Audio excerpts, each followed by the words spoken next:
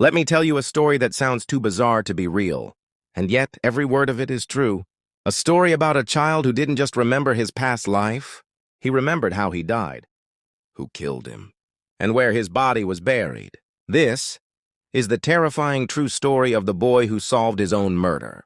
In a quiet mountain village on the Golan Heights, a little boy was born into a Druze family. From the outside, he seemed like any other child. But from the moment he began to speak, something was different. He didn't talk about toys or cartoons. He talked about death. At just 2 years old, he said, "That's where the axe hit me. I was murdered.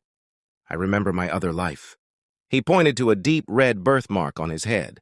He said that's where it ended. His parents were terrified.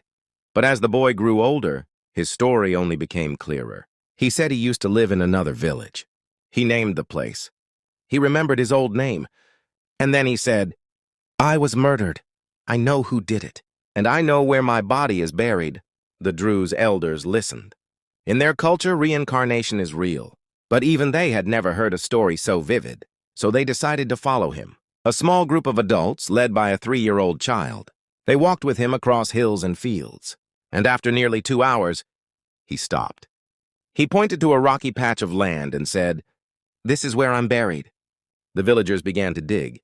And just beneath the surface, they found bones. A full human skeleton. And the skull fractured, right where the boy's birthmark was. But he wasn't done.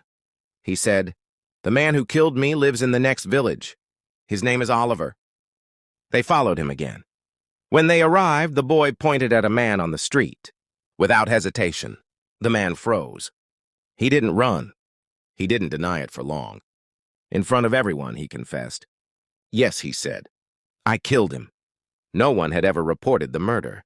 No one knew the man was missing. And yet a 3-year-old child had solved it. A doctor named Eli Lash, a respected Israeli physician, heard about the case. He visited the village, interviewed everyone, reviewed the skeleton, confirmed the details. Even dental records matched. Everything the boy said checked out. The boy eventually forgot the memories. That's common in these cases. But the villagers remember. They remember the digging, the bones, the confession. So what do you believe? Is this proof of reincarnation? Or something else? Let us know in the comments. We read them all. And if stories like this fascinate you, subscribe to The Hidden Truth. Like the video to support the channel. And tap the notification bell so you never miss a mystery. Thanks for watching. Until next time, stay curious and question everything.